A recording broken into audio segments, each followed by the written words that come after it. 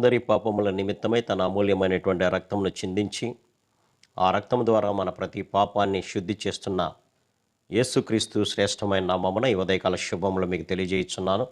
ఇది నా దేవుని యొక్క వాక్య ధ్యానము. ఆయన మన అపరాధముల నిమిత్తము అప్పగింపబడెను. రోమపత్రిక 4వ అధ్యాయము 25వ వచనం. ఆయన అనగా ప్రభు అయినటువంటి యేసుక్రీస్తు ప్రభువారు మన అపరాధముల నిమిత్తము అప్పగింపబడెను. దేనికి అప్పగింపబడెను అని అనగా, ఆయన మన అపరాధములను తీసివేయడానికే ఆయన అపరాధిగా మార్చబడ్డాడు. ప్రియులారా, అపరాధిగా మార్చబడినటువంటి దేవుడు దేనికి అప్పగించబడ్డాడు అంటే శిలువ మరణానికి అప్పగించబడ్డాడు. ఎందుకు ఆయన శిలువ మరణానికి అప్పగించబడ్డారంటే, మనందరి దోషాలు, మనందరి అపరాధాలు ఆయన మీద వేసుకొని ఆయన అపరాధిగా మార్చబడ్డాడు.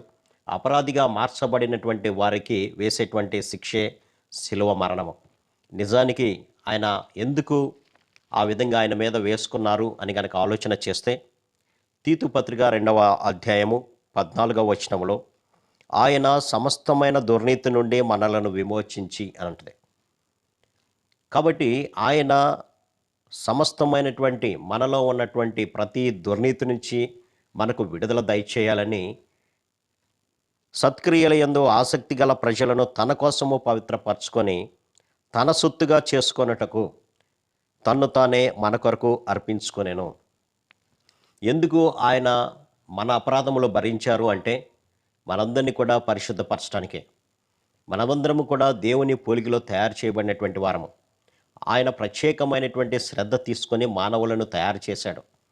అటువంటి మానవుడు దేవునికి దూరస్తుడై సాతానుకి సమీపముగా ఉండి నిత్యమైనటువంటి నరకానికి వెళ్ళడం ఇష్టము లేక, ఆయన మన అపరాధాలన్నీ కూడా ఆయన మీద వేసుకొని మనలను పరిశుద్ధపరచడానికే, అంతేకాకుండా మనమందరము కూడా పవిత్రపరచుకొని ఆయన సొత్తుగా మారాలి అనేటువంటి ఆలోచనతోనే ఆయన తన్ను తానే మన కొరకు అర్పించుకున్నారు.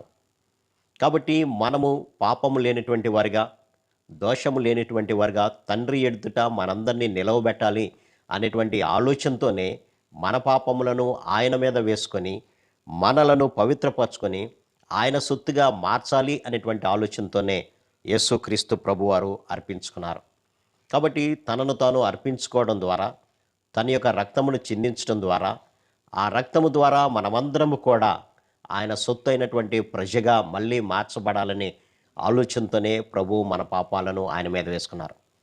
ఎవరైతే ఆయన యందు విశ్వాసం ఉంచుతారో వారందరికీ కూడా పాప విముక్తిని కలుగచేసి పరిశుద్ధతను కలుగ చేసుకొని తన సొత్తుగా ప్రభువు మార్చుకుంటారు పిల్లరా. అందుకనే పేతురుపత్రికలు కూడా మనం గమనించినప్పుడు, ఏలయనగా మనలను దేవుని యొద్దకు తెచ్చుటకు అనీతిమంతుల కొరకు నీతిమంతుడైనటువంటి యేసుక్రీస్తు శరీర విషయంలో చంపబడి పాపముల విషయంలో ఒక్కసారే శ్రమపడేను అనుంది.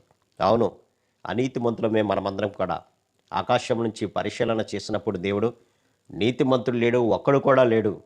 దేవుని వెతుకువారు కలరేమైన ఆకాశాన్ని నుంచి చూసినప్పుడు ఏ ఒక్కడు కూడా లేనటువంటి స్థితి. అలాంటి అనీతిమంతులైనటువంటి మనము తన రక్తము ద్వారా నీతిమంతులుగా మార్చబడాలనేటువంటి ఆలోచనతో నీతిమంతుడైనటువంటి యేసుక్రీస్తు శరీర విషయంలో చంపబడినట్లుగా మనం గమనించవచ్చు. కాబట్టి ఆయన ఇచ్చేటువంటి నీతిని మనం పొందుకోవాలంటే ఆయన వద్దకు చేరాల్సిందే.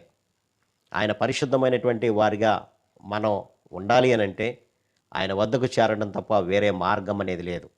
అందుకనే ప్రభు అంటున్నాడు, నేనే మార్గాన్ని, నేనే పవిత్రపరిచేటువంటి వాడిను, నేనే నీతిమంతులుగా మిమ్మల్ని మార్చేటువంటి వాడిను. ఎందుకంటే నీ పాపమంతా కూడా నా మీద వేసుకొని నేను మరణించి తిరిగి లేచాను కాబట్టి ఆ యొక్క పాపం అనేది నిన్ను అంటగదు ఇక అని అంటాడు. కాబట్టి ఆయన వైపు చూద్దాం. మన ప్రతి అవిధేయతను ఆయన సన్నిధిలో ఒప్పుకొని విడిచిపెట్టి ఆయన కనికరాన్ని పొంది, ఆయన ఏ విధమైనటువంటి ఆలోచన మన పట్ల చేశారో, అనగా మనల్ని పవిత్రపరచుకోవాలని, తన సొత్తైనటువంటి ప్రజలుగా ఉంచాలని, మనము నీతిమంతులుగా మార్చబడాలని ఏ ఆలోచన అయితే చేసి ఆయన రక్తాన్ని చిందించారో, ఆ రక్తమునందు విశ్వాసం ఉంచి మన ప్రతి అవిధేయత కడుక్కొని ఆయన ఇచ్చేటువంటి పరిశుద్ధతను పొందుకుందాం. అట్టి కృప పరిశుద్ధాత్మ దేవుడు మనందరికీ దయచేయను గాక. ఆమేన్. ప్రార్థన. సర్వశక్తుడా, ప్రేమ గల మా తండ్రి, ఆయన మన అపరాధముల నిమిత్తము అప్పగించబడెను అనే మాటను మేము ధ్యానం చేస్తాం తండ్రి. అవునైనా మేము పొందవలసినటువంటి శిక్షను మేము పొందవలసినటువంటి నాయన ఆ భయంకరమైనటువంటి వేదనను మీరు కల్వరి శిలువలో పొందటం ద్వారా మమ్మలను పరిశుద్ధపరిచారు నాయన. మమ్మల్ని నీతిమంతులుగా చేశారు నాయన. మమ్మల్ని మీ సొత్తుగా మార్చుకున్నారు ప్రభు. అందును బట్టి మీకు వందనాలు తండ్రి. కాబట్టి మీరు చేసిన ఆ త్యాగాన్ని మేము జ్ఞాపకం చేసుకొని మీ సన్నిధికి వచ్చి మా ప్రతి అతిక్రమము ఒప్పుకొని విడిచిపెట్టి మీ కనికరాన్ని పొంది మీరు ఇచ్చేటువంటి గొప్ప ధన్యతను పొందుకునే భాగ్యం ప్రతి బిడ్డకు దయచేయమని యేసు నామమున అడిగి వేడుకొంచున్నాను తండ్రి. ఆమేన్. God bless you.